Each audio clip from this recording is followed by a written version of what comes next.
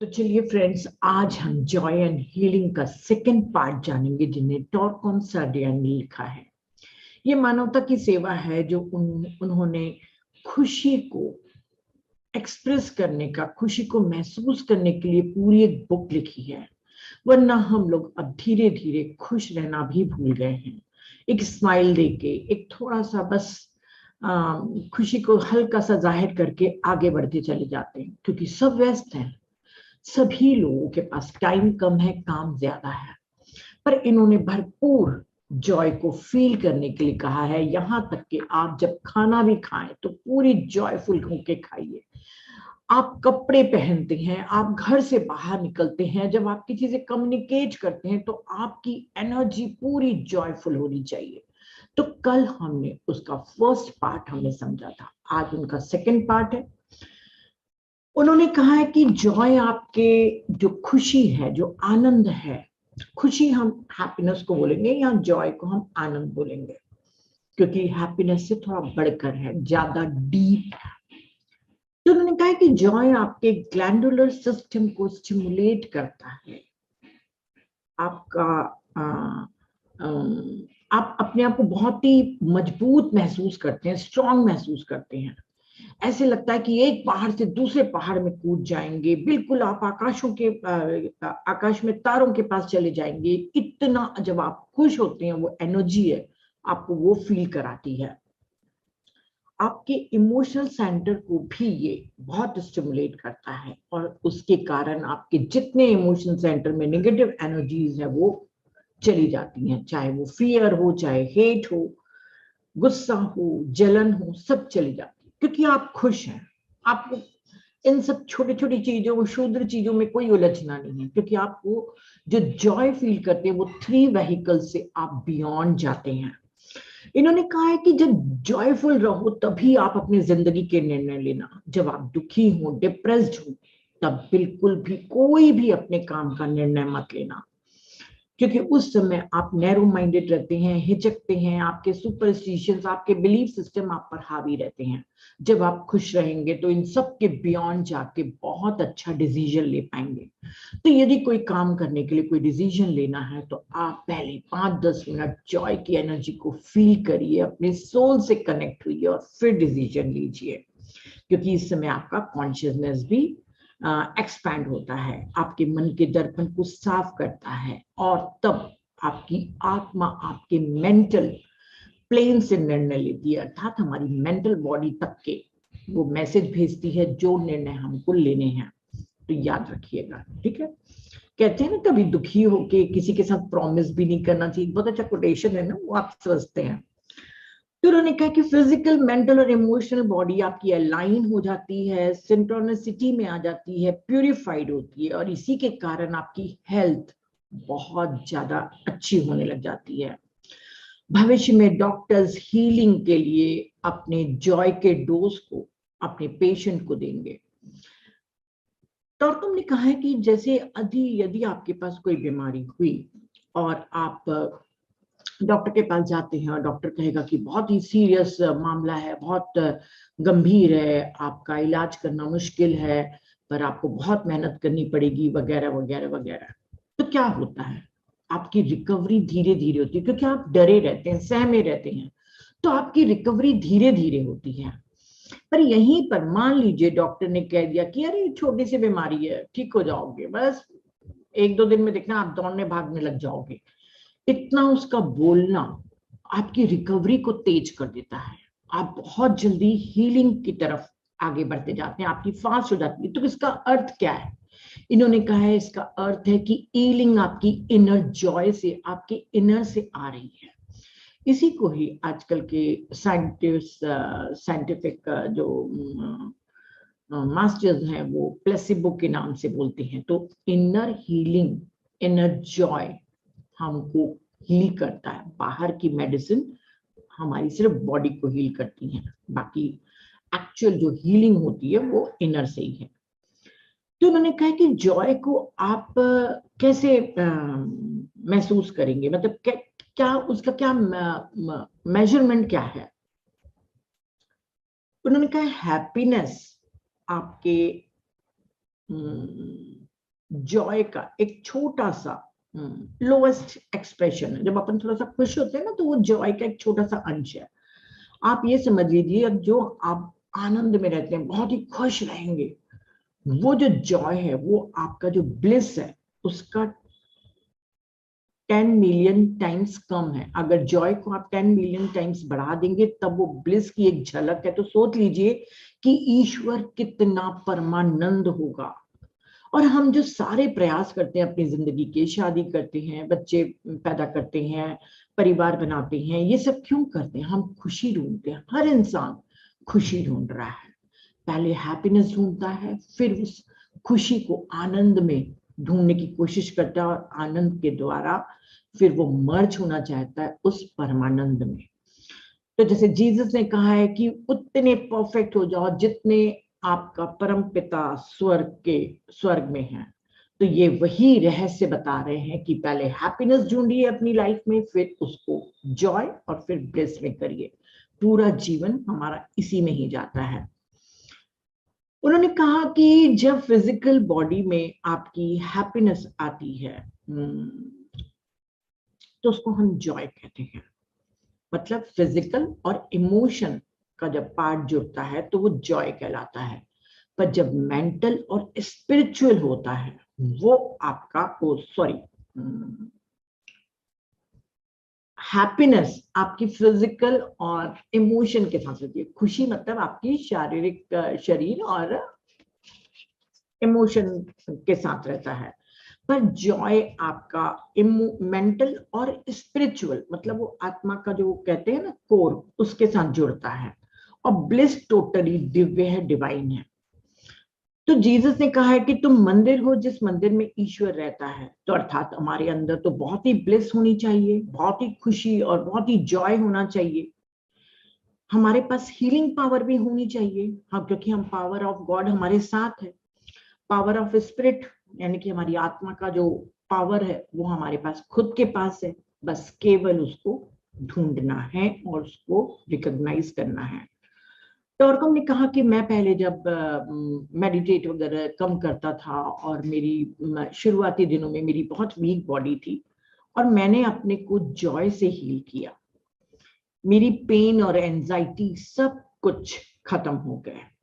पर ये भी याद रखिए कि जब भी आप जॉय में हैं, तब आप कोई भी एविल थॉट या कोई गलत इमोशन जब रखते हैं, तो वो आपका जॉय वेस्ट हो जाता है।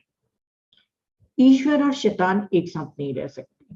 वो कहते हैं, आप मान लीजिए बहुत खुश हैं, उसी समय कोई फोन आई, आपने 10 मिनट तक के उससे बात की और कुछ कुछ झूठ बोल दिया, और थोड़ी देर के बाद आप महसूस करेंगे कि आपकी जो जॉय थी वो चली गई, क्योंकि आपने गलत इमोशन कर दिया। तो उन्होंने कहा कि जॉय और शैतान एक साथ नहीं रह सकते। अगर आपको जॉय और ब्लिस की तरफ ढूंढना है कि मेरी जिंदगी में खुशी रहे, आनंद रहे, तो आप अपने लाइफ को सुधारिए। जितना जीवन में सुधारते जाएंगे, अपने जीवन को परफेक्ट करते जाएंगे, उतनी जॉय और ब्लिस आपके जीवन में बढ़ते जाएगी। कुछ लोग होते हैं जो दूसरों को दुख देने में उनको बड़ा मजा आता है, और अंत में उनको भी दुख ही मिलता है, क्योंकि ये लॉ है कि आप किसी की भी दूसरों की खुशी पर अपनी खुशी को हासिल नहीं कर सकते। वो कहते हैं, जाइए आप पागल खाने और जेल में जाइए, जो दूसरों की खुशी, फ्रीडम, उनके पोजीशन, इन सब संपत्ति वगैरह को जो लूट कर अपनी खुशी को बढ़ाना चाहते हैं। तो मतलब दूसरों की खुशी की कीमत पर आपकी खुशी नहीं मिल सकती। उन्होंने कहा कि जो भी स्कूल्स हैं, कॉलेज हैं, ग्रुप्स हैं, जहाँ पे भी काम हो रहा है, चाहे वो ह्यूमन वेलफेयर के लिए हो, चाहे बिजनेस के लिए हो, सभी में उनमें जॉय रखना चाहिए। वहां पे खुश रहना चाहिए आसपास के लोग, तभी उनके आपसी संबंध अच्छे से सुधरेंगे। फिर चाहे बिजनेस में सक्सेस हो, चाहे कोई स्पिरिचुअल ग्रुप में सक्सेस हो, तभी मिलेगी। फैमिली में भी आपको बहुत ही अपनी जॉय को बना के रखना चाहिए, तभी आप सक्सेसफुल बनते हैं। अगर आप सफल लोगों की जीवनी को पढ़ेंगे, तो आप देखेंगे कि जितने लोग भी इस दुनिया में सफल लोग हैं, वो बहुत ही खुश रहते हैं। और आप अगर जॉयफुल रहेंगे, तो आपका पार्टनर आपको नहीं खोना चाहेगा। अगर कोई बहुत जॉयफुल वाइफ है तो कौन हस्बैंड चाहेगा कि उसको छोड़ दे? अरे भाई, वही तो एक खुशी का कारण है उस घर में, तो फिर उसको क्यों खोना चाहेगा? और एक लेडी भी ऐसी वुमेन ऐसे हम पुरुष के साथ विवाह करना पसंद करती है जो जॉयफुल हो, चाहे उसके पास पैसे कम हो। तो फैमिली के लिए भी जॉय बहुत जरूरी है, इंडिविजुअल के लिए तो है ही, फैमिली की बॉन्डिंग के लिए भी जरूरी है। तो आप डॉटकॉम कहते हैं अपने फ्रेंड्स, अपने पार्टनर, लाइफ पार्टनर ऐसे चुनना जो जॉयफुल हो, चाहे उसके पास पैसा कम हो, पर वो जो खुश रहता हो उसके साथ ही रहना, नहीं तो उनका पोजीशन आपके ऊपर चालू हो जाएगा। डॉटकॉम कहते हैं यदि आपके फ्रेंड से अनबन हो गई है तो आप उसके साथ कुछ प्रॉब्लम्स हैं तो आप बहुत ही हंसी मजाक के मूड से जॉयफुल होके उसके साथ डिस्कस करने बैठिए। देखिए कि आपका प्रॉब्लम कितनी जल्दी डिसॉल्व हो जाएगा। ऐसे गुस्से में बैठ के कि तुमने मुझे ऐसे कहा, ऐसा कहा, मैं ऐसा नहीं करने दूंगा, ऐसा नहीं।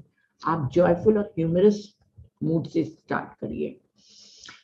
और हम कहते हैं कि आप जिस भी घरों में, स्कूल्स में, ऑफिस में आपके पड़ोस के लोग हैं, आप जाके देखिए कि जिनके घर में जॉयफुल लोग हैं उनके घर में कितनी हार्मनी, कितनी शांति है। अगर आप पब्लिक ऑफिस में जाएंगे, जैसे हमारे भी कोई गवर्नमेंट ऑफिस में चले जाइए, बड़े सबके चेहरे बड़े टेंशन में, कोई खुशी नहीं है। तो ऐसा नहीं होना चाहिए। ऑफिस से लेके आपके घर तक के हर इंसान को हर हाल में खुश रहना चाहिए। तो आपको अपने बचपन की एक घटना बताते हैं कि जब मैं छोटा था, मैंने आपको बताया भी था कि उनको बहुत सर्दी थी, उनकी मदर ने कहा कि मैंने दवाई दिया है तुमको, तुम चुपचाप से खा के सो जाओ। तभी उनकी छोटी बहन आती है, उनकी 3 बहनें थी टॉर्कों की, तो उनकी एक छोटी बहन आती है और वो कहती है कि द ब्लैक स्कीम, वहां पे जो काले लोग थे, जो निग्रोज थे, वो उसके पास आए थे, वो शेफर्ड थे, चरवाहे। तो उसके पास आते थे और उसके साथ बहुत मस्ती करते थे टॉर्कों के साथ। तो वो बताती है उसकी सिस्टर की वो आए हैं, तो वो छोटा सा हमारा टॉर्कम दौड़ दौड़ के चला जाता है उन निग्रोज के पास, ब्लैक्स के पास, और वो उसको अपने गोद में लेके ऐसे उछालते हैं, ऐसे पूरा एक सर्कल बना लेते हैं उन लोग, और ऐसे उछालते हैं उसको गोद में लेके। 10 राउंड करते हैं, तभी उनकी मम्मी चिल्लाते हुए आती है कि मेरे बच्चे को तुम लोग मार डालोगे, क्या कर रहे हो, ये सब पागलपंती, उसकी तबीयत खराब है, ऐसा वैसा। और वो कहते हैं, ब्लैक्स कहते हैं कि अरे कुछ नहीं है, सब ठीक हो जाएगा। और कहते हैं, टॉर्कॉम बताते हैं कि वाकई मेरा पेन, मेरा फीवर सब कुछ चला गया था। वो जॉय की करंट ने मेरे सारे पेन को धो दिया था। फिर जब मैं 36 साल का हुआ, फिर मुझे एक बार बहुत ही सर्दी, खांसी और बुखार होने लगा, और मेरी वाइफ ने मुझे कहा कि बिस्तर पे ही तुम बैठे रहो। पर तुरंत एक पोस्टमैन आया। थोड़ी देर के बाद जब पोस्टमैन ने मुझे लेटर दिया तो वो एलिस बैली का था। उसमें लिखा था कि हम आपको एक स्पेशल ग्रुप में लेने वाले हैं, जो एडवांस स्टडी के लिए आपको चुना गया है।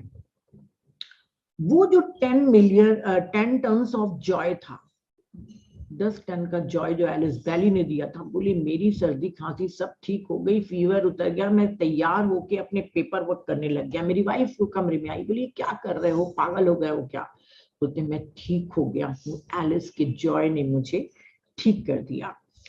तो टॉर्कम कहते हैं कि अगर आप बीमार हो तो कुछ दिन पहले के लाइफ रिव्यू को करो, कहीं डिप्रेशन या अनजॉयफुल तो नहीं थे। मैं यहाँ पर एक बात बोलूंगी फ्रेंड, कुछ दिनों पहले सैटरडे के दिन एक फोन आई थी, और मेरे हस्बैंड को कुछ हर्ट हुआ, कुछ प्रॉब्लम था, और काफी चिंता में पड़ गए। और मैंने उनको बोला कि सब ठीक हो जाएगा, ये सब पार्ट ऑफ लाइफ है, ठीक है, बिल्कुल आप रिलैक्स होकर सो जाओ। करीब 11 बजे फोन आई थी, वो चिंता में सो गए।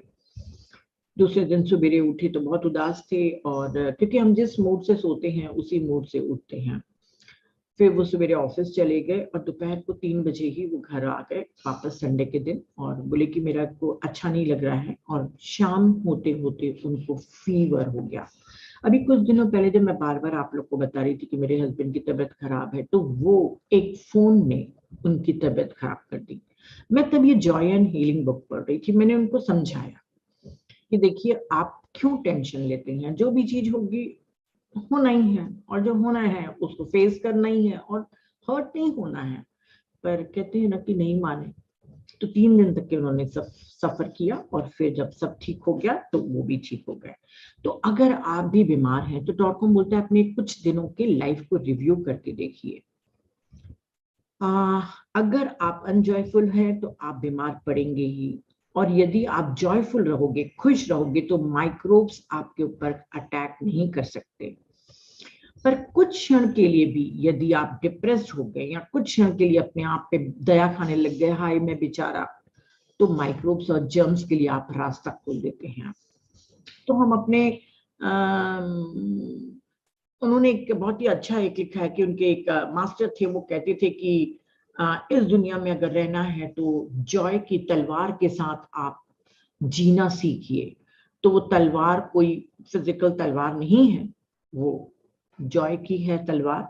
और किसके लिए वो कह रहे हैं, कौन सी बाधाएं हैं जो हमारी लाइफ में आते हैं ना, चैलेंजेस, वो हर एक की लाइफ में चैलेंज होता है। ऐसा नहीं कि मेरी लाइफ में चैलेंज नहीं है, पर हम उसको जॉय के तलवार से उसको हटा सकते हैं, अपनी अज्ञानता को, अपने चैलेंजेस को। और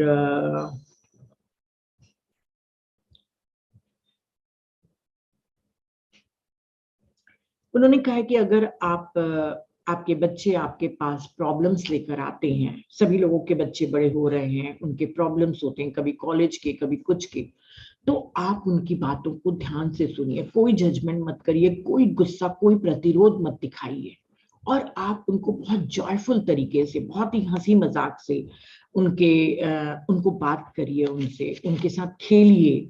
तो देखिए कि वो खुद अपने प्रॉब्लम्स को सॉल्व कर लेंगे।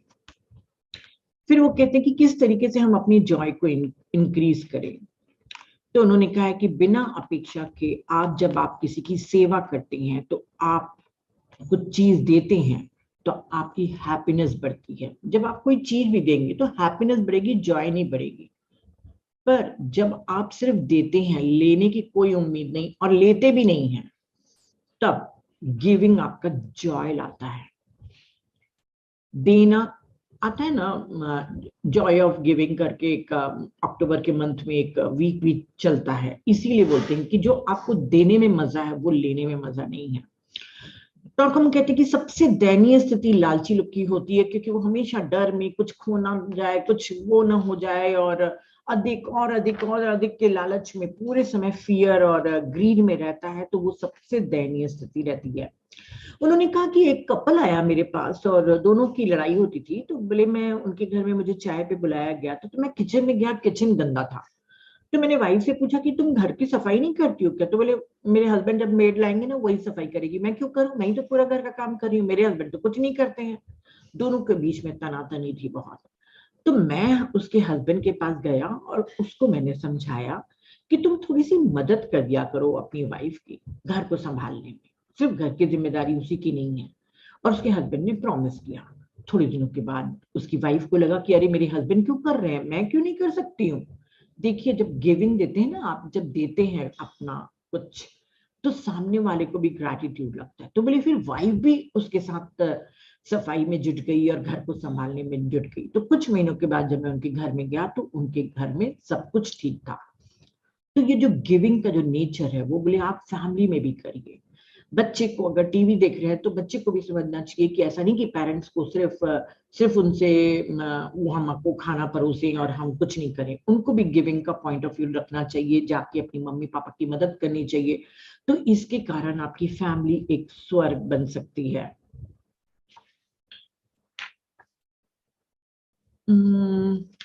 क्रिमिनल्स वही लोग हो रहते हैं जो पेन और वो कई चीजें वो रिपीट करते हैं ना, तो मैंने भी लिख दिया है कि जहाँ पे दुख होता है ऐसे लोग ही क्रिमिनल और एसाइलम में लोग जाते हैं। अगर पेरेंट्स जॉयफुल रहेंगे तो उनके जो बच्चे हैं वो बहुत ही सक्सेसफुल और जॉयफुल रहेंगे। और दूसरा पॉइंट है, पहले तो मैंने बताया कि बिना अपेक्षा के गिविंग देना सीखिए। दूसरा है जो सुंदरता की तरफ श्रम करता है, जो जब भी बोले, उन्होंने उन्होंने कहा कि जब भी उदास हो तो थोड़ी देर के लिए आंख बंद करके कोई भी सुंदर चीज को याद करो। बात को याद करो या कोई चीज को याद करो तो आपका जॉय बढ़ेगा। सुंदरता की तरफ श्रम करने का अर्थ कि आप अपने थॉट्स में से, अपने इमोशन में से सब अच्छे अच्छे रखिए, जो भी अगली थॉट्स हैं, अगली इमोशंस हैं, उन सबको दूर करिए। ये थोड़े उनके वर्ड्स के वो रहते हैं, बाकी वही है कि आप पॉजिटिव रहिए। फिर है तीसरा, सिंथेसिस की तरफ किया गया श्रम। बहुत सी चीजें जो अलग अलग हैं उनको एक साथ जोड़कर कोई एक नई चीज बनाएंगे। जैसे उन्होंने एक एग्जाम्पल के द्वारा समझाया कि किसी दोस्त से लड़ाई हो गई, वो आपसे बहुत नाखुश है और आप भी उससे बहुत गुस्से में हैं, तो आप पहले उनको समझो शांति से, फिर आप ये हैप्पीनेस को देना सीखो, आप उसको खुश करिए, किसी भी तरीके से खुश करिए। तो दूसरों को जब हम खुशी देते हैं तो अपनी भी खुशी बढ़ाते हैं, तो वो एक सिंथेसिस है, संश्लेषण है। तो उन्होंने कहा है कि इस तरीके से आप उस कॉन्फ्लिक्ट को, उस लड़ाई को आप एक अच्छा अंजाम दे सकते हैं। और उन्होंने कहा है कि जॉय जब बॉडी में आता है तो हमारी खुशी बढ़ती है, वो हमारी मेंटल बॉडी तक के जाती है, जिससे हमारी लाइट बढ़ती है।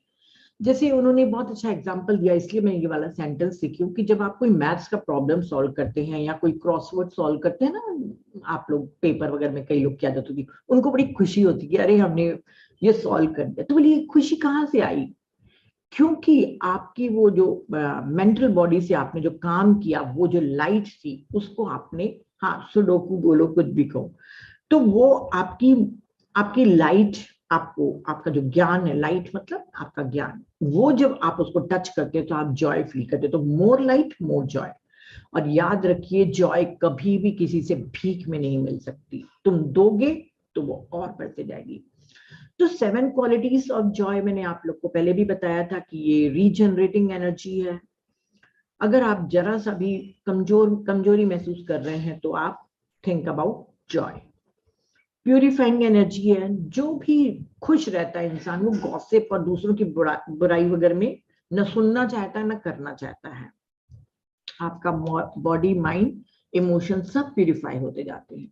आपकी चिंताएं, दुख, एंजाइटी, ग्रीड सब बादलों को डिस्पर्स कर देता है। जॉय एक सन है, सन के सामने क्लाउड्स नहीं रह सकता, है ना, क्लाउड्स पिघल के मेल्ट होके डिस्पर्स हो जाएगा। बिल्कुल वैसे ही आपका जॉय सन है, जो आपकी एंजाइटी, ग्रीड और इन सबको डिस्पर्स कर देता है। एजलेस विजडम की टीचिंग आपके में जॉय लाती है, क्योंकि ये आपको सांसारिक दुनिया से आत्मा की तरफ खींच कर लाती है। ये अंदर के छुपे हुए सप्रेशन को भी सरफेस पर लाके रिलीज करती है। ये बात मैं भी मानूंगी कि मैं जब से एजलेस विजडम पढ़ने लग गई हूँ, तब से मैं ज्यादा जॉयफुल महसूस करती हूँ। तो एजलेस विजडम पढ़ना शुरू करिए आप लोग। आपकी एनर्जी फील्ड एक्सपैंड होती है जब आप बहुत खुश रहते हैं। आप पॉजिटिव इमोशन में जब बहुत खुश रहेंगे तो आप याद करिए, आपको लगेगा आप किसी को हक कर लेंगे, है ना, क्योंकि आप प्यार बांटना चाहते हैं। आपकी क्रिएटिविटी बढ़ जाती है, आप अच्छा बेस्ट डांस कर सकते हैं, बेस्ट पेंटिंग कर सकते हैं। और उन्होंने कहा है कि कोई भी लेक्चर या सेशन जैसे हम लेते हैं, तो कोई भी लेक्चर के पहले कोई भी बैड न्यूज मत सुनिए, ताकि आपकी कोई भी जॉय में भंग न करे। 3-4 लोग निगरानी में रखिए जो आप तक के बैड न्यूज को न लाने दें। जॉय चीजों को खोलता है, उनको व्यक्त करता है, आपको, आपका विकास करता है, आपको एक्सपैंड करता है। और जॉय की जो एनर्जी है वो आपके अंदर की इम्प्योरिटीज को, अशुद्धियों को जला देता है। सेज डीके एलिस वैली के मास्टर थे। उन्होंने एक बहुत ही सुंदर स्टेटमेंट दिया है कि मानवता अभी सफरिंग और पेन में है, पर ईश्वर अपने मैसेंजर जो भेज रहा है वो आत्मा की बात नहीं करेगा, कोई उपदेश नहीं देगा, वो सिर्फ आपको जॉय, हैप्पीनेस और ब्लिस के बारे में बताएगा। अभी जो डिस्पेंसर वगैरह भी सब पूरे समय जॉय और इन सब के ऊपर ही बोल रहे हैं।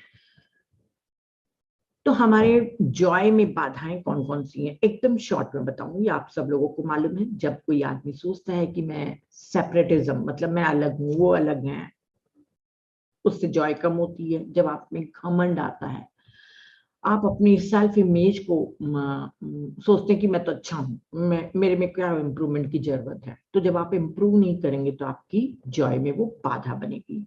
ईगो, कि मैं ही सबसे स्पेशल इंपॉर्टेंट पर्सन हूँ, वो जॉय को बढ़ने नहीं देता।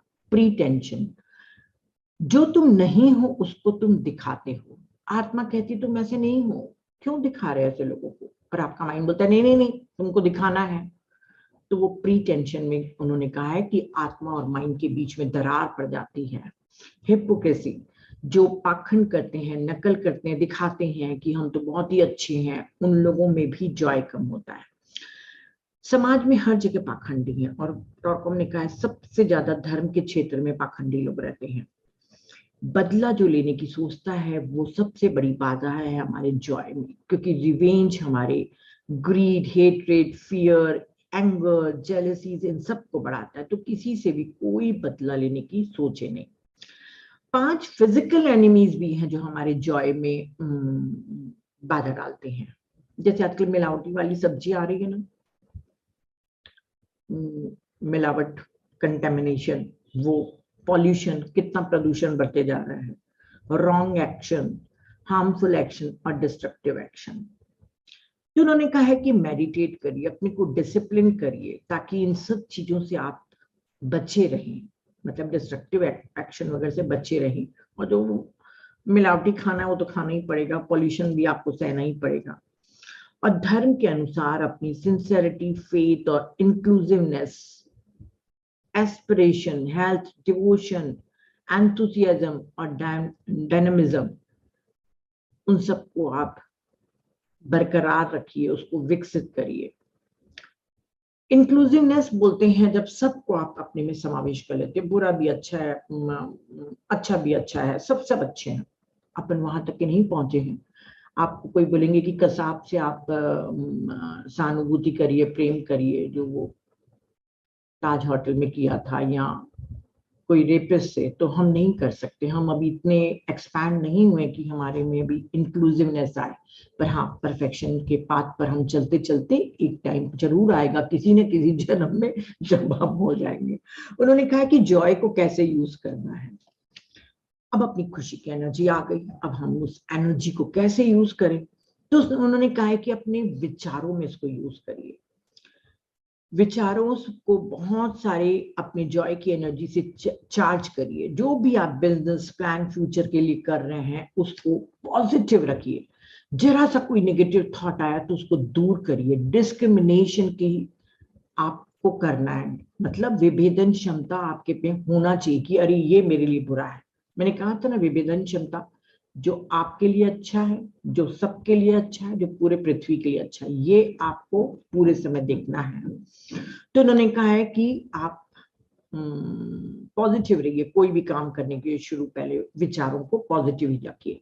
आप एफर्मेशन का भी सहारा ले सकते हैं कि मैं अपने बिजनेस में सक्सेस दूंगा, मैं अपने मेडिटेशन में सफल रहूंगी, ऐसे एफर्म भी कर सकते हैं, ताकि आप नेगेटिव थॉट से थोड़ा दूर रहें। और मान लीजिए कभी कोई गलती भी हो गई आपसे, तो आप सिर्फ एक ऑब्जर्वर की तरह देखिए, आप उसके साथ अटैच मत होइए।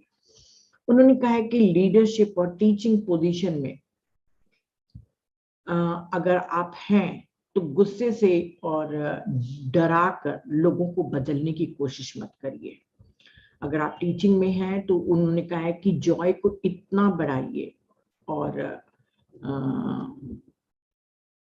उनको आप उनकी गलतियां बताइए कि आप यहाँ पर गलत हैं। उनको प्यार से, जॉयफुली उनको बताइए कि उनकी गलती क्या है, उनमें सुधार करिए। और यदि आप हायर टीचिंग दे रहे हैं, हायर टीचिंग मतलब सोल साइंस के बारे में जब अगर बता रहे हैं, तो पहले लोगों को आपसे प्यार करना सिखाइए। लोग जब आपको प्यार करेंगे तब वो आपकी बातों को समझेंगे, स्वीकार करेंगे और अच्छे बनेंगे। फिर उन्होंने एक जगह एग्जाम्पल देके बताया है कि मेरे एक फ्रेंड थे, उनकी वाइफ ने मुझे बुलाया और कहा कि मैं तुम्हारे फ्रेंड को डिवोर्स देना चाह रही हूँ। तो मैंने 2 लॉयर्स भी बुला लिए हैं। तो बोले अच्छा कितना खर्चा कर रहे हो? तो बोले 5,000। तो बोले अच्छा ठीक है कर लेना, पर तुम्हारे 5,000 से कम सस्ते में तुमको एक काम बताऊं? तो बोलती बताओ। तो बोलते हैं कि एक काम करो, तुम्हारे हस्बैंड को क्या पसंद है? तो वो बताती है मेरे हस्बैंड को सीख कबाब्स वगैरह जो जो सब पसंद है। बोले अच्छा उसका बर्थडे कब है? बोले बस आने वाला है। बोले एक काम करो, अपने हस्बैंड के बर्थडे के लिए एक फीस्ट का, एक भोज का आयोजन करो, सब फ्रेंड्स को बुलाओ और उसके पसंदीदा चीजों को बनाओ और सब लोग उस दिन खूब एंजॉय करो, सब पुरानी बातें भूल जाओ, सब उस दिन एंजॉय करो आप। मिराकल होता है कि जब वो अपने हस्बैंड को ऐसा भोज का आयोजन करके खुश करती है तो उसका हस्बैंड उसके पास आके उसको प्यार करना, जाहिर करना शुरू कर देता है। तो कहता है कि आप लोग यही समझते नहीं हो कि शो लव एंड केयर तो आपके रिलेशनशिप हेल्दी होंगे। हस्बैंड है, प्यार नहीं शो कर रहे हैं, वो भी अपनी वाइफ को शो नहीं कर रहा। हाँ वाइफ तो है, एक आदत बन जाती है ना हस्बैंड वाइफ की, बस एक आदत है, सुबह उठे काम पे चले गए, आए बच्चों के बारे में पूछे, टीवी देखे, सो गए। ये नहीं होना चाहिए। वो बोलते हैं शो करो, जॉय को फील करो, केयर को वो करो। पर हाँ, जो भी आप ये जॉय और लव को शो करोगे वो सिंसियरली करना चाहिए, बाहरी दिखावे से नहीं करना चाहिए। और अपनी फैमिली, ऑफिस, सर्कल जिसमें भी है उसको जॉय को स्प्रेड करते रहो। उदास मनहूस चेहरे, रोने वाले कोई किसी को, ऐसे लोगों को पसंद नहीं करता है।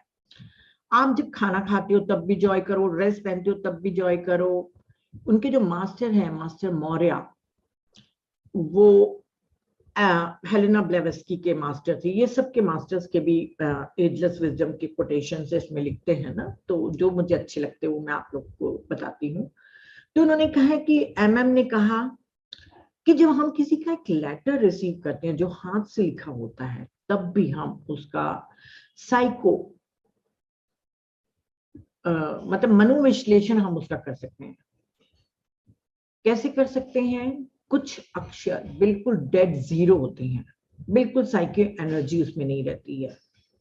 जब हम हाथ से लिखते हैं ना, तो हमारी जो भी साइकी एनर्जी जैसे मैंने कल बताया कि आप उसको एक तरह से समझ लीजिए स्पिरिचुअल एनर्जी। तो नीता जो लिखेगी उसमें उसकी स्पिरिचुअल एनर्जी रहेगी, लव, जॉय, वो सब जो भी हमारी स्पिरिचुअल एनर्जीज है वो रहेगी। तो बोलते हैं कि अगर आप किसी को लेटर लिख रहे हैं तो अपने प्यार की और जॉय की एनर्जी को पूरा मिला के फिर लिखिए, मतलब फील करते हुए लिखिए। टॉरकॉम कहते हैं कि एक दिन मैं बहुत उदास था, मुझे अच्छा नहीं लग रहा था, और 11 साल की बच्ची का एक लेटर आता है मेरे पास। वो हाथ से लिखा हुआ था और वो बोलती है कि आपको क्राइस्ट प्यार करते हैं और मैं भी आपको प्यार करती हूँ। ऐसा लग रहा था कि जैसे वो वाकई सत्य बोल रही है। बोली मैं उस समय बिल्कुल डिप्रेस जो था, बिल्कुल उस मूड से चेंज आ गया, जॉय में आ गया, क्योंकि उसके एक एक अक्षर मेरे पास वो एनर्जी पहुंचा रहे थे। तो आप जो भी करते हैं जॉय से करना। लेटर भी लिखना ना, आजकल हैंड रिटन कम हो गया है, मैसेज अपन टाइप करते हैं, पर मैसेज में भी आपको वो एनर्जी का एहसास हो सकता है। जैसे मैं कई बार महसूस करती हूँ, पता नहीं शायद कोइंसिडेंस हो या क्या है, पर मैं जो टेक्स्ट मैसेज भेजते हैं उसमें भी कई बार हम एनर्जी को महसूस करते हैं।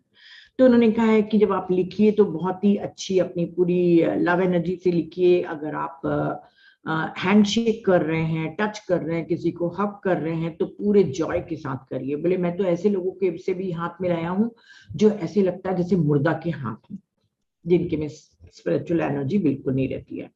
और रोज सवेरे टॉरकॉम कहते हैं कि अपनी बॉडी को पूरे जॉय से फिल कर लो। आंखें बंद करके पहले अपने बॉडी को जॉय भेजो कि आज पूरा दिन भर काम करना है, खूब अच्छे से काम करना है और थकना नहीं है। जो जो हमने सोच के रखा है पूरा काम करना है। अपने इमोशन को फिल करो जॉय से कि मेरे सारे इमोशन जॉयफुल रहेंगे। और तो आपकी हर सफलता आपके इस पे डिपेंड करती है। इसके कारण जब आप अपने को जॉय से भरे रखेंगे तो आपको सही लोग, सही कोवर्कर, सही boss, right lawyer, right dentist, हर चीज आपको राइट राइट मिलते जाएगी। वो कहते हैं कि अगर किसी के में जॉय नहीं हो तो उसके में आकर्षण हो ही नहीं सकता, उसके में मैग्नेटिज्म होगा ही नहीं। तो मॉर्निंग में आपको अपने फिल करना है जॉय से। कुछ कुछ पॉइंट्स छोड़ रही हूँ। उन्होंने कहा कि जो भी चीज हम छूते हैं, इसके पहले मैं इरिटेशन वाले हाँ, एनर्जी अट्रैक्ट्स एनर्जी, बिल्कुल। मैंने इरिटेशन वाले सेशन में आप लोगों को बताया था कि हम जो भी चीज छूते हैं उसमें हमारी साइकी एनर्जी जाती है, हमारी लव, हमारी जॉय, हमारी पॉजिटिव नेगेटिव सबकी एनर्जी उसमें जाती है।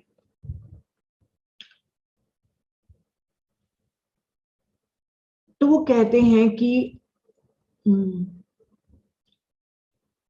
जब आप कोई अपने ऑब्जेक्ट्स को छूते हो तब भी आप महसूस करो कि आप उस समय जॉयफुल रहो, नेगेटिव रहो तो उस समय कोई भी अपने ऑब्जेक्ट को यूज मत करो। बहुत सारे एग्जाम्पल देके बताते हैं अपने फ्रेंड का कि उनको किसी ने गिफ्ट किया था जेड स्टोन, वो उसके कारण उसके घर में प्रॉब्लम थी। वो इरिटेशन वाले चैप्टर में भी मैंने आप लोग को बताया था। तो उन्होंने कहा है कि हर चीज हमारी एनर्जी को एब्जॉर्ब करती है। उन्होंने कहा कि जो डॉग्स और कैट्स हैं वो ढूंढ लेते हैं, जैसे कोई खो जाता है तो डॉग को उसके उतरे हुए कपड़े पहना सूंघाते हैं तो वो चला जाता है ना कहाँ है वो, है? तो उन्होंने कहा कि वो कैसे होता है, क्योंकि वो कपड़े या उसकी कोई यूज की हुई चीज उसकी साइकी एनर्जी को एब्जॉर्ब की और वो डॉग और कैट्स उसको उसकी लोकेलिटी को ढूंढ लेते हैं। अभी कुछ मशीन्स भी आ रही हैं जो फिंगरप्रिंट्स नहीं पर आपकी लोकेलिटी को आपकी फ्रीक्वेंसी के हिसाब से ढूंढ सकता है। तो हर चीज आपके फ्रीक्वेंसी पे फ्रीक्वेंसी बनाती है, हर चीज आपके हर इमोशन आपके हर थॉट। तो वो कहते हैं कि एक मैंने आर्मेनियन चर्च में गया, वहां पर जब खाना बनाने के लिए जब कुक लोग जाते थे तो वो जो शर्ट पहनते थे पहले उसको प्रेयर से ब्लेस करते थे कि जीसस के नाम पर मैं ये पहन रहा हूँ और लाइट के लिए काम करूंगा, लाइट के वॉरियर्स के लिए। फिर वो जब दूसरे सामान पहनते हैं अपने कपड़े वगैरह, यहाँ तक कि वो स्लीपर्स भी जब पहनते हैं तब भी वो ब्लेस करते हैं। तो वो कहते हैं कि ब्लेसिंग बहुत ज्यादा इम्पॉर्टेंट होती है।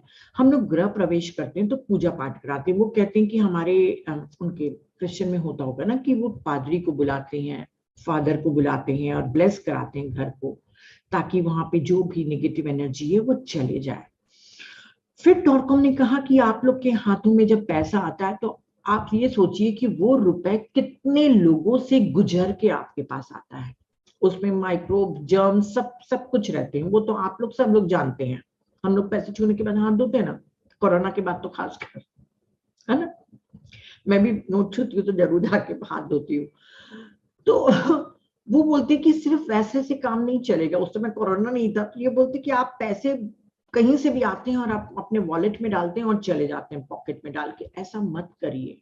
वो पता नहीं कितने लोगों के पास से आया है, कितनी साइकी एनर्जी को उसने एब्जॉर्ब किया। और हो सकता है आपके पहले वाला जिससे आपको रुपए मिले हों और वो जो दिया हो वो बहुत ही डिस्ट्रक्टिव नेचर का हो या कोई गलत चीज का थिंकिंग कर रहा हो।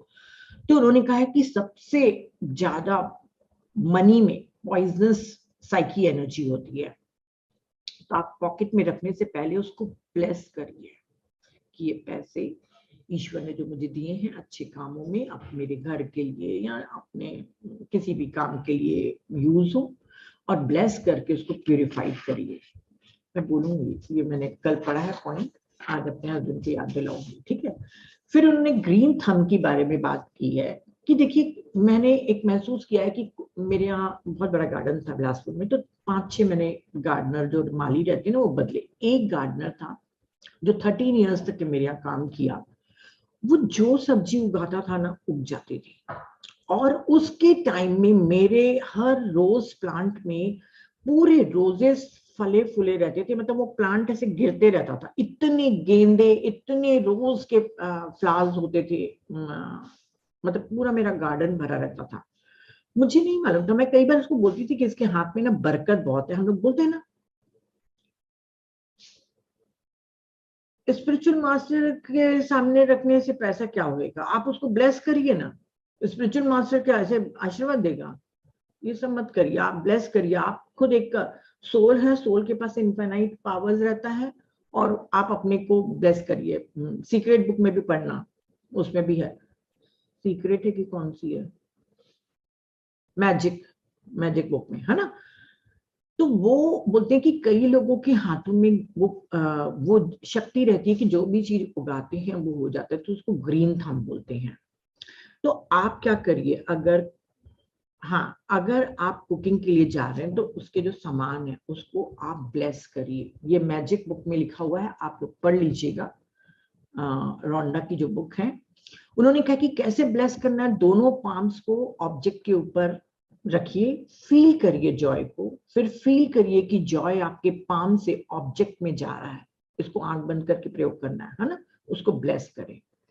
यहां तक कि आपके शरीर में भी दर्द हो, ध्यान से सुनना ये वाली बात, मैंने किया था इसको, मैंने बताया था ना कमर दर्द हुआ था, तब मैंने किया था। कभी कभी बहुत जरूरी हो जाता है, कहीं पेन होता है तो उन्होंने कहा जहां शरीर में दर्द हो, तो हम लोग की आदत क्या होती है, कंप्लेन करते हैं, अरे मेरा पैर दुख रहा है। औरतों को तो पीरियड्स आते तो वो चिल्लाती हैं, अरे पीरियड्स हो गए और हमको पेन हो रहा है। ये आप कर्स कर रहे हैं, जब आप कंप्लेन करते हैं उसके लिए बोल के कुछ बोलते हैं तो ये कर्सिंग हुआ, ये नहीं करना, ये गलत एटीट्यूड है। वो कहते हैं आपको उस ऑर्गन को जॉय भेजना है जो आपको तकलीफ दे रहा है। पर कैसे भेजना है, अपन ने तो इंग्रेडिएंट्स को डाला, ब्लेस किया और खाना पकाने में जुट गए। खाने को भी आप ब्लेस करके दे सकते हो अपने परिवार को खाने के लिए, पर जब आप बॉडी में अपनी एनर्जी की जॉय को, एनर्जी को भेजते हो तो डायरेक्ट आपको फिजिकल बॉडी में नहीं भेजना है। उन्होंने कहा है कि आपको एथरिक काउंटर पार्ट में भेजना है उस ऑर्गन के। एथरिक बॉडी में चेंज जब होगा तभी फिजिकल बॉडी में वो सुधार होगा। देखिए, कोई भी बीमारी हमारी पहले एथरिक बॉडी में आती है, फिर फिजिकल बॉडी में आती है। पर एक्सीडेंट या कोई मर्डर वर्डर हुआ है ना, हत्या की, तब आपकी पहले फिजिकल बॉडी को हार्म पहुंचता है, फिर एथरिक बॉडी को पहुंचता है। जैसे एक्सीडेंट में किसी को चोट लगी तो पहले शरीर को यहाँ पे चोट लगी, उसके बाद उसकी एथरिक बॉडी को खराब होगी ना। पर नॉर्मली जो हमको बीमारियां आती है पहले एथरिक बॉडी में आती है, फिर फिजिकल बॉडी में 6 महीने के बाद दृष्टिगोचर होने लग जाती है, दिखने लग जाती है। तो वो कहते हैं कि हमारा जो एथरिक बॉडी है वो हमारा सेंसेशन का काम करता है और हमारी वाइटल फोर्स का काम है। तो आपको यदि मान लीजिए पेट में दर्द है, हाँ प्राणिक एनर्जी में भेजते होंगे, मुझे नहीं मालूम। तो उन्होंने कहा यदि आपको स्टमक में प्रॉब्लम है तो प्राणिक एनर्जी या रेकी करना है ना, तो अपने ऊपर करना है, किसी और के ऊपर नहीं करना। फिर से याद दिला दूं, ऐसे नहीं कि आपके बच्चे को पेट में दर्द है तो आप एनर्जी देने लग गए, नहीं। बेटे बेटी पति कोई किसी को भी नहीं देना है, सिर्फ अपने बॉडी के ऊपर जो वो यूज करने के लिए बोल रहे हैं वो मैं बता रही हूँ, उसका मिसयूज मत करना। तो स्टमक में अगर आपको दर्द है, पेट में दर्द है, तो आप डायरेक्ट स्टमक को मत भेजिए, आप एथरिक पार्ट, उसका जो 1 फीट ऊपर रहता है या पता नहीं कुछ ऐसे ही लिखा हुआ है, आप बुक में पढ़िएगा, उसको भेजिए और देखेंगे कि 3-4 मिनट के बाद वो आपका दर्द गायब हो गया। जब मुझे कमर में दर्द हो रहा था तो मैंने सोचा एथरिक पार्ट में कौन से वाले में काउंटर पार्ट है, भाई मेरी तो कमर में दर्द दे रहा है। फिर जहां पे वो दर्द दे रहा था उससे थोड़ा हट के मैंने उस पॉइंट को सोचा और मैंने अपने जॉय एनर्जी को भेजा, उसे कम्युनिकेट किया और ठीक हुई, एक ही बात है ना। जब हम डायरेक्ट बॉडी में अपनी एनर्जी भेजते हैं तो उससे रिएक्शन होता है, क्योंकि वो इतनी एनर्जी जनरेट कर देता है कि उसको एब्जॉर्ब करने में प्रॉब्लम हो सकती है। तो पहले आप एथरिक बॉडी में भेजिए, फिर फिजिकल बॉडी आपकी ठीक होते रहेगी। फिर टॉर्कम कहते हैं कि ये वाली बात है कि कई बार सर्जरी के बाद हमारे घाव ठीक हो जाते हैं, पर हमको उस जगह पर पेन होता है। ये वाली बात तो बहुत लोग मानेंगे, सिजेरियन जिसकी हुई होगी तो वो वाली लेडीज तो बिल्कुल अच्छे से मानेंगी कि वो पेन बहुत टाइम तक के रहता है। तो कहते हैं इसका कारण क्या है। फिजिकल बॉडी हील कर दिया है डॉक्टर ने, पर आपकी एथरिक बॉडी हील नहीं हुई है। कई बार 3 से 7 साल लग जाते हैं उसकी एथरिक बॉडी को न्यू एथरिक एटम बनाने के लिए, ताकि वो पुराने की जगह ले सके। मतलब न्यू एथरिक एटम बनाने में टाइम लग जाता है। जैसे टॉर्कम कहते हैं कि एक उंगली की, जैसे मान लीजिए मेरी सर्जरी हुई और दर्द, मतलब घाव ठीक हो गया उंगली की सर्जरी के बाद, पर पेन अभी भी था। तो मैं इसको कैसे ठीक करूंगा? तो मैं उसको उसके एथरिक काउंटर पार्ट को, मतलब उसके एथरिक बॉडी के पॉइंट ऑफ व्यू से उसको मेंटल हीलिंग करूंगा कि देखो तुम्हारी फिजिकल फिंगर तो बिल्कुल ठीक हो गई है हमारी, है ना, अब तुम भी ठीक हो जाओ। विद जॉय मैं उसको ठीक करूंगा, तो मैं इसके द्वारा ठीक कर सकता हूँ। तो यदि किसी को कोई पुराने सर्जरी वगैरह का घाव वगैरह हो, मतलब जहाँ पे दर्द हो, तो आप ट्राई कर सकते हो, है ना। वो कैसे हील होगा? हमारे पास जो साइकी एनर्जीज है, हम जॉय को भेज रहे हैं वहां पर उस फिंगर में, और से कम्युनिकेट कर रहे हैं। हमारी एक एक 50 ट्रिलियन सेल्स हमको कम्युनिकेट करती है, तो वो बोले उसके द्वारा आप उसको ठीक करेंगे।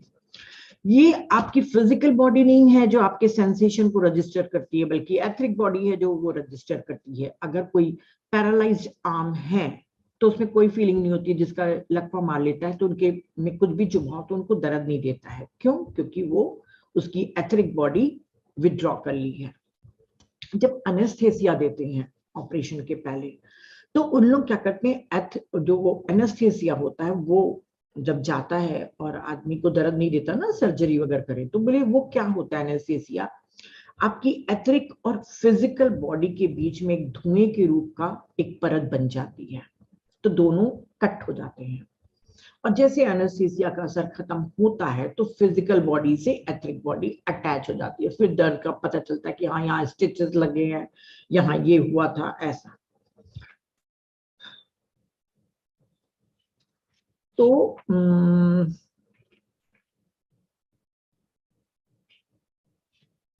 याद रखिए कि आपकी एथरिक बॉडी सबसे ज्यादा इंपॉर्टेंट है और सेंसिटिव प्रिंसिपल है।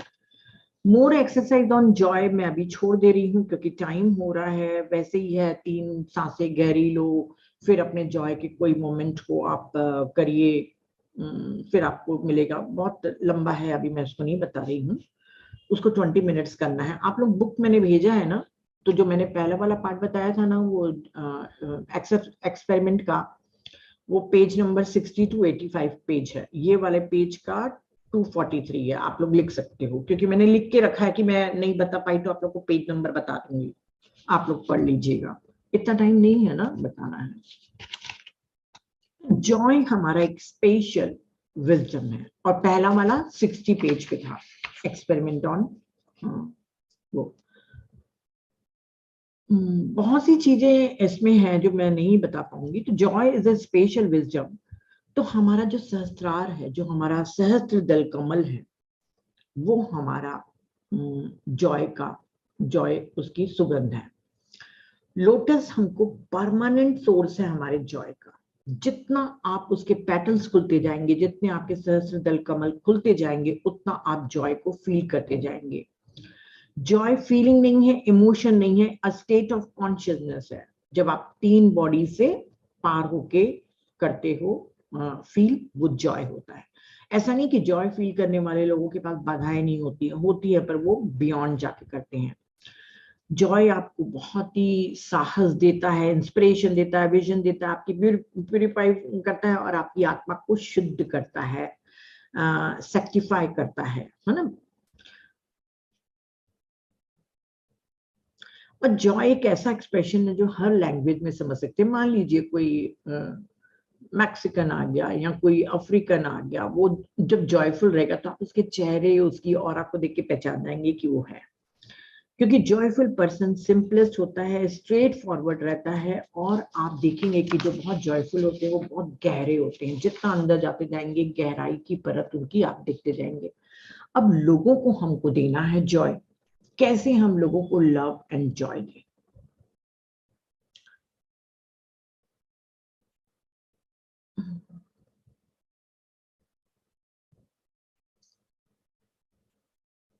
एक मिनट, सेंटेंस में कोई थोड़ा रॉन्ग लग रहा है। जो भी डिसाइपल है वो अंदर में अगर लव और जॉय को फील करता है ना, जिसके जो भी डिसाइपल के अंदर है, वो अपने जीवन और अपने आसपास के लोगों को पोषित करता है। अगर मैं खुश हूं तो मेरे आसपास के लोगों को मैं नर्चर करूंगी। वो एनलाइटनमेंट और श्रम के मार्ग में चलने के लिए लोगों को आकर्षित करता है। ऐसे लोगों को आकर्षित करेगा जो हीलिंग की जिनको जरूरत होगी। लोग लव और जॉय को सेंटिमेंट्स मानते हैं, पर एजलेस विजडम इसको एक प्रकार की एनर्जी मानता है। बहुत अच्छी एक आगे चीज है, बताएगा, बहुत हंसोगे आप लोग। तो वो बोलता है कि विशेष प्रकार की दोनों एनर्जी है, लव और जॉय। ये लाइफ फॉर्म्स को बनाती है, रखती है, एग्जिस्ट, क्रिएट, सर्वाइव करती है और आपकी आत्मा का निर्माण करती है। हम जैसे जैसे मेडिटेट करते जाते हैं, हम अपनी आत्मा को पाते जाते हैं, हम अपनी आत्मा के करीब जाते हैं, हम उसको रिकॉग्नाइज करते हैं। और ये लव और एनर्जी ऐसा वातावरण बनाता है जिसमें आपकी हाईएस्ट क्रिएटिविटी की संभावना होती है। अगर ये दोनों लव और जॉय इस पृथ्वी से चले जाए तो कहता है कि पृथ्वी पूरी वीरान हो जाएगी, कोई भी जीवन नहीं रहेगा, सभी लोग सुसाइडल थॉट से परेशान रहेंगे। ये लव और प्यार की एनर्जी है जो पूरे कॉस्मोस को, पेड़ पौधों को, जानवरों को, सबको चला रही है। वो कहते हैं कि लव एंड जॉय फेमिनिन और मस्कुलिन एनर्जी है। सिर्फ पृथ्वी पर नहीं, हायर किंगडम्स में भी है, कॉस्मिक लव एंड जॉय है। देखते हैं ना स्टार्स वगैरह, वो सब कहते हैं एक इंटरकनेक्शन है उनका प्यार से। एक ग्रेट मास्टर का स्टेटमेंट उन्होंने कहा है कि स्वर्ग में गहरे जॉय की अनुभूति होती है जब आप में से कोई एक प्रकाश की तरफ मुड़ता है। मतलब अगर कोई भी एक मेडिटेशन के लिए जाता है तो वो हायर रेल्म्स में जॉय की अनुभूति होती है। जॉय ब्लिस में कन्वर्ट होता है हायर रेल्म्स में, क्योंकि हम यहाँ जॉय फील करते हैं, वहां तो ब्लिस ही ब्लिस है। और उन्होंने कहा है कि यदि आप मेडिटेशन कर रहे हैं और आपके में रूपांतरण हो रहा है तो आपका रूपांतरण ज्ञान से नहीं हो रहा है, बल्कि जॉय के द्वारा हो रहा है, जो आपके अंदर प्रस्फुटित फूट रहा है, उससे ही आप बेहतर बनते जाते हैं। पर दुर्भाग्य है कि हमारे अंदर पड़े खजाने, मतलब जॉय को लोग जानना ही नहीं चाहते। जॉय हमारे सिस्टम को रीजनरेट, प्यूरिफाई, ये सब करता है और हमको मशीन होने से बचाता है। अब लॉ क्या है कि प्यार ज्यादा करने से प्यार बढ़ता है, जितना प्यार करते जाएंगे आप प्यार बढ़ता जाएगा। पर जॉय के लिए लॉ क्या है, जितना आप लोगों को देते जाएंगे उतना आपका जॉय बढ़ता जाएगा। इसके लिए 3 एपरेटस हैं, 3 यंत्र हैं, उपकरण हैं। आपकी फिजिकल, एस्ट्रल, मेंटल बॉडी, जो आप अगर मान लो क्लीन लाइफ रही, एकदम साफ सुथरा जिंदगी जी रहे तो जॉय बढ़ेगा, वो 3 है ना। आपका हार्ट सेंटर, उस हार्ट सेंटर को खोलें, उसको पोषित करें, लव एनर्जी से भरें तो आपका जॉय बढ़ेगा। स्पिरिचुअल ट्रायड, ये एक उन्होंने वर्ड यूज किया है, मैं किसी दिन आप लोग को समझाऊंगी। बस इतना आप समझ लीजिए कि जब कोई निष्काम सेवा में जुड़ता है तो उससे उसकी जॉय इंक्रीज होती है। जब लंबी उम्र का राज पूछा गया उनके मास्टर्स के द्वारा कि कौन लोग लंबी उम्र जीते हैं, तो उसमें कहा गया कि लव, जॉय और लेबर, लेबर मतलब श्रम जो करता है उनकी लंबी उम्र रहती है। तो टॉरकॉम के जो टीचर थे वो कहते थे कि लव ऑक्सीजन है। मुझे बहुत हंसी आई थी। लव हमारा ऑक्सीजन है और जॉय हमारा हाइड्रोजन है। तो जॉय और लव जब बनता है, हाइड्रोजन ऑक्सीजन जब जुड़ेगा तब पानी बनता है। पानी क्या है? श्रम। जितना आपके में लव और जॉय होते जाएगा आप उतना मेहनत करेंगे, हर चीज में आप श्रम करेंगे। वो कहते हैं जॉय एक अग्नि है, लव भी एक अग्नि है जो आपके क्रिएटिव फायर वाटर को बनाती है, अगर सही मात्रा में लव और जॉय रहा तो। कभी कभी हमारे फ्रेंड्स जो रहते हैं ना, बहुत अच्छे फ्रेंड्स होते हैं, बाद में वो दुश्मन बन जाते हैं। तो टॉरकॉम बोलता है वो क्यों होते हैं? वे हमारे दुश्मन इसलिए होते हैं क्योंकि हमने अपने प्यार की एनर्जी को उनको दिया, हम उस प्यार की एनर्जी को ऊपर चढ़ाना चाहते थे, पर उनके में प्यार की एनर्जी स्टक है और सेल्फ इंटरेस्ट पैदा कर रही है। तो वो हमारे प्यार को महसूस नहीं करेंगे, वो सेल्फ इंटरेस्ट में ही है, स्वार्थी हैं। तो फिर वो आपके दुश्मन बन जाते हैं, जबकि वो कभी आपके अच्छे फ्रेंड थे। बोले बिल्कुल ऐसे ही जुदास के साथ हुआ था। तो आप सबको प्यार देते जाइए, जिसको दुश्मन बनना होगा वो बने, जिसको दोस्त बने रहना होगा वो बने। आप दूसरे को मत देखिए कि वो कितना नेगेटिव है, पॉजिटिव, बस रेडिएट लव। तो 3 रूल्स हैं, फटाफट बताऊंगी, सब लोग को मालूम है। हेट्रेड, जेलसी, रिवेंज, सबको दूर रखना है। सेपरेटिज्म, वैनिटी, ईगो, सब एक्सप्रेशन को दूर रखना है। हिंसा नहीं करनी है, किसी को भी वाणी हिंसा और इन सब से नुकसान नहीं पहुंचाना है, अपने शब्दों से, अपने विचारों से और सबसे, ताकि आपके अंदर माफ करने की क्षमता बढ़ते जाए, आपका डीप लव होते जाए, कंपैशन बढ़ते जाए, आप में संतोष बढ़े, ग्रैटिट्यूड बढ़े। ये तो सब आपको मालूम है, क्या बताना, पर फिर भी एक रिवीजन करा रही हूँ, है ना। तो जब हम ऐसे अपने अच्छे गुणों को बढ़ाते हैं तो इस ब्रह्मांड में जितने भी लव और जॉय है उसको हम एब्जॉर्ब करते हैं, अच्छे से कर पाते हैं। इसके लिए कुछ प्रैक्टिकल स्टेप्स भी बताए हैं जो मैं अभी नहीं बताऊंगी, पर एक चीज बस बताऊंगी। एक तो है इंट्रोस्पेक्शन, है कि आप देखिए कि कोई सामने वाला आपसे बुरा चल रहा है तो क्यों चल रहा है, क्या कारण है, या आप किसी से बुरा चल रहे तो उसके पीछे मोटिव क्या है। इंट्रोस्पेक्शन के कुछ स्टेप्स बताए हैं, आप देख लीजिएगा। फिर दूसरा जो पॉइंट है वो मैं आप बताना चाहूंगी कि आप लव एंड जॉय पे मेडिटेट करिए। फिर वो भेजिए, जिनको आप प्यार करते हैं उनको लव एंड जॉय की एनर्जी को सेंड करिए। और एक लिस्ट बना लीजिए कि किसको आप लेटर्स के द्वारा लव एंड जॉय भेजेंगे, किसको आप गिफ्ट्स के द्वारा जॉय एंड लव भेजेंगे, किसको मनी के द्वारा भेजेंगे, या कोई अच्छी ऑब्जेक्ट देके।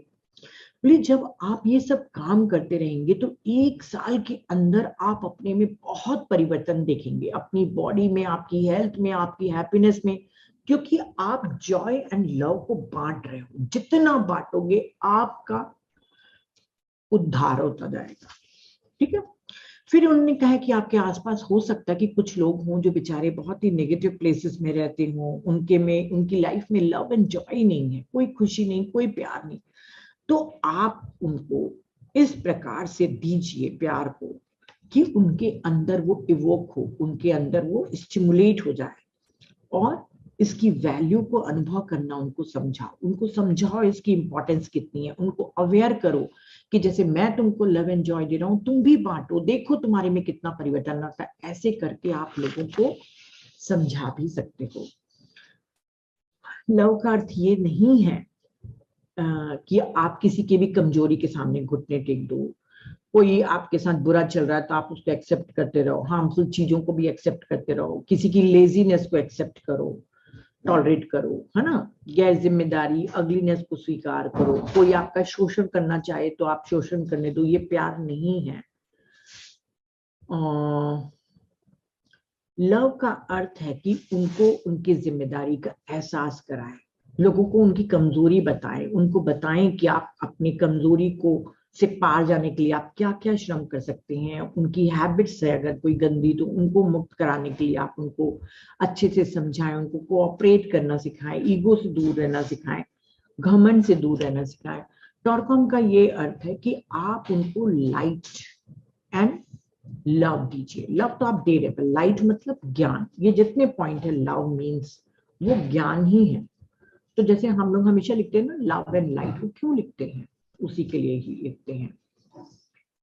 तो उन्होंने कहा है कि अपने लव और इस जॉय एनर्जी से सबको आपको सिखाना है, और ये हमारा हर एक का कर्तव्य है। जॉय देने का अर्थ, टॉरकॉम ने कहा, ये नहीं है कि आप लोगों की चापलूसी करने लग जाए कि अरे तुम तो बहुत सुंदर हो, सुंदर नहीं है तो भी अच्छा काम नहीं करी, नहीं आप तो बहुत महान काम करते हो। चापलूसी नहीं करना है, रिश्वत नहीं देना है, किसी के घमंड को या किसी की हैबिट्स को पूरा नहीं करना है, धोखा देना नहीं है ना, धोखा खाने के लिए उनको अलाउ करना है। सच्चाई बताएं, जॉय गिविंग, और उनको समझाएं। जॉय का अर्थ वो है कि उनको समझाएं कि कैसे जॉय आप दूसरों को देके अपनी खुशी को करते हैं। ये सब उनको शेयरिंग वगैरह समझाना है। कंडीशंस भी मैं छोड़ रही हूँ क्योंकि टाइम होते जा रहा है।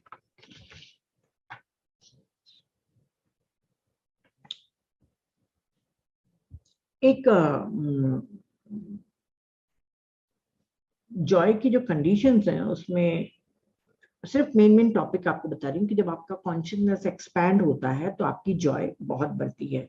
जो धार्मिक कट्टर लोग होते हैं ना, वो बिल्कुल भी जॉयफुल नहीं रहते। आप देखिएगा, मैं नाम नहीं लूंगी, आप समझ जाना, टीवी में आते हैं ना उन लोग, उनको देखना, उनके चेहरे पर क्रुएलिटी और वो क्या, समझ गए।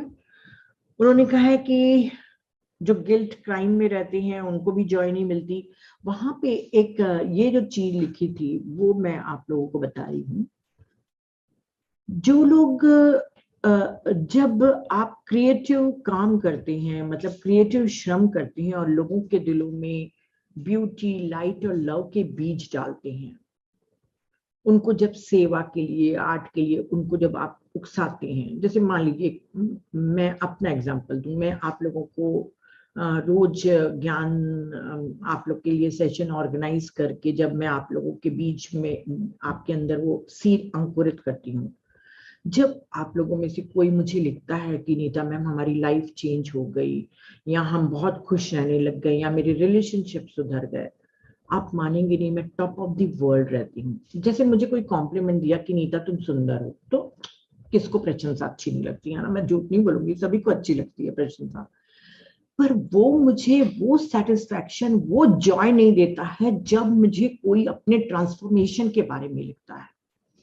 तो वो टॉरकॉम वही पहुंच कह रहे हैं कि आप जब लोगों में बीज डाल के उनके अंकुरित होते हुए देखते हो ना, वो जो जॉय फील करते हो, मैं इसलिए बता रही हूँ कि आप लोग भी सेवा से जुड़िए, वो जॉय को महसूस करेंगे कि अरे किसी की लाइफ को चेंज करने के लिए मैंने छोटी सी भूमिका निभाई और वो चेंज की, वो कोशिश उसी की है, क्रेडिट मुझे नहीं है, पर मैं एक माध्यम बनी, वो जॉय है। तो डॉटकॉम ने बहुत सुंदर से सेंटेंस लिखा है कि ये बीज जो आप लोगों में बो रहे हैं ना, ये बीज हायर रेल्म्स में यहां से पहले फूटते हैं, और आपको वहां पहुंचने के पहले वहां पे अपना गार्डन तैयार करके रखना है, और वो गार्डन आपका इंतजार करेगा। मैंने जब ये सेंटेंस पढ़ा, मतलब हो सकता है किसी को ये सेंटेंस बहुत अच्छा लगे, पर मुझे लगा कि यस, मेरे जाने के पहले वहां का गार्डन तैयार रहे नीता का, है ना। इतने लोगों को मैंने थोड़ा सा भूमिका अदा करी।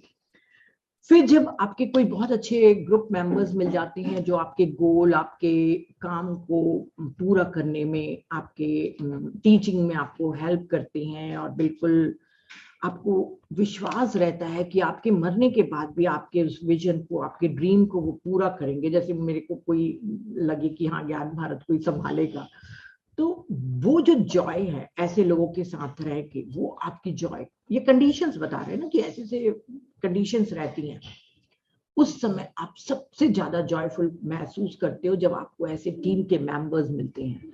फिर वो लिखते हैं कि ऐसे लोग बहुत दुर्लभ हैं भी दुर्लभ।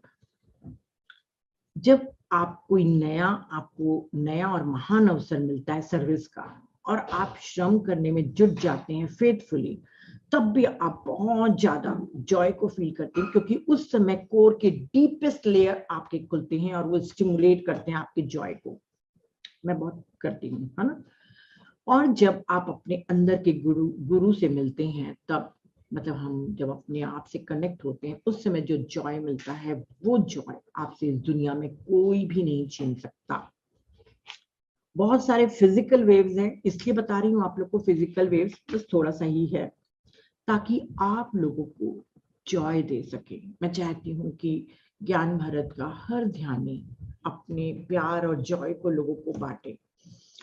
तो उन्होंने कहा है कि जब लोगों की कोई सुंदरता चीज देखें, उनके टैलेंट को देखें, उनकी क्रिएटिविटी को देखें, तो दिल खोलकर आप उनकी तारीफ करें। ये फिजिकल वेव्स है, गिव जॉय टू अदर्स। आप किसी को प्रॉपर गिफ्ट दें, या उनके कोई जरूरत का सामान उनको देकर आप गिफ्ट के द्वारा सबसे बड़ा जॉय देते हैं उनको। जो आपके बीमार प्रियजन है उनके पास जाके आप मुलाकात करिए, तब आप उसको जॉय देते हो। एनकरेज करिए लोगों को, और एफर्मेशन मतलब उनके पॉजिटिव और एनलाइटन मतलब अच्छी चीजों के लेटर्स लिखकर। मैंने कहा ना, आपके वर्ड्स जो होते हैं वो आपकी एनर्जी ट्रांसमिट करते हैं सामने वाले को। तो जिसको एनकरेजमेंट चाहिए, जिसको कोई अच्छी चीजें सुनना है, मतलब उसको डिप्रेशन है, मतलब उसको कोई दुख है, तो आप उसको अच्छी सांत्वना वाली चीजों को लिखकर आप दीजिए लेटर्स लिख के।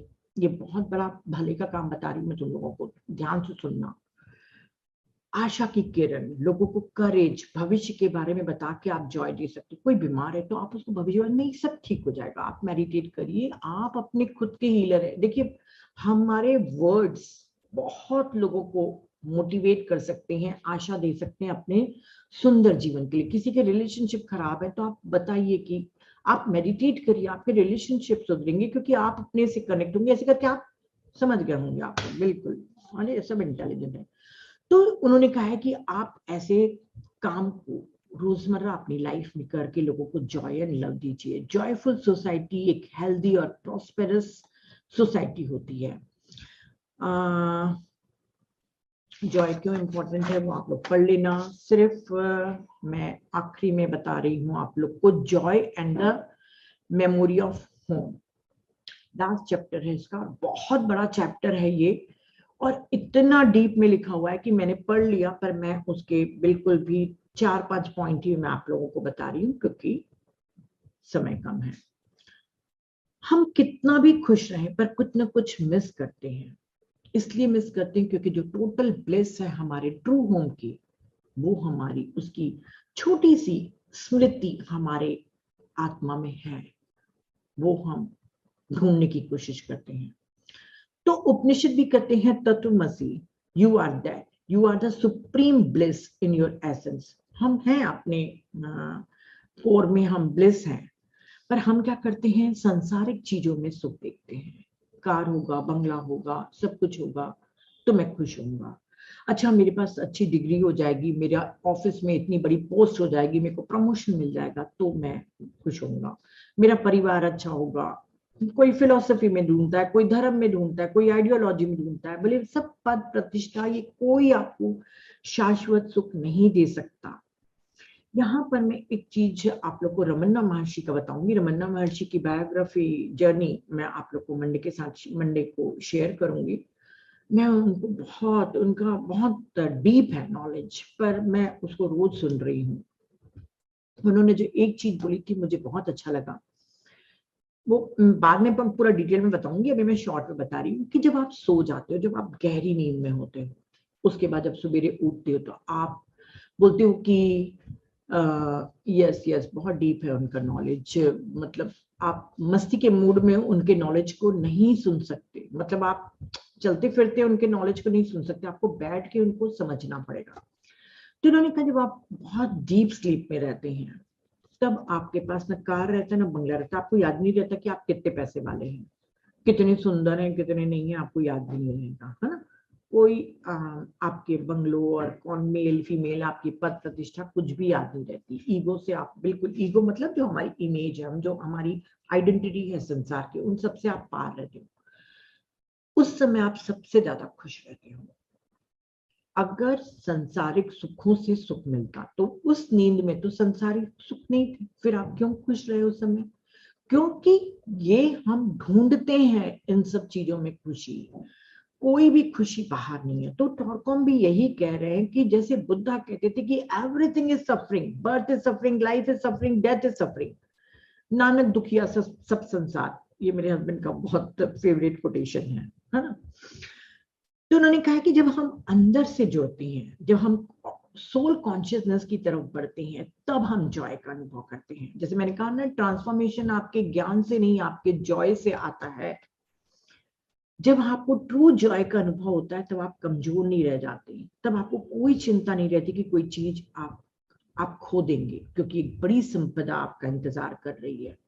मैं इसीलिए बहुत खुश रहती हूँ, बहुत बड़ी संपदा वेट कर रही है। वहां गार्डन बनाना है मुझे, कविता याद दिलाना मुझे, रोज गार्डन बनाना है।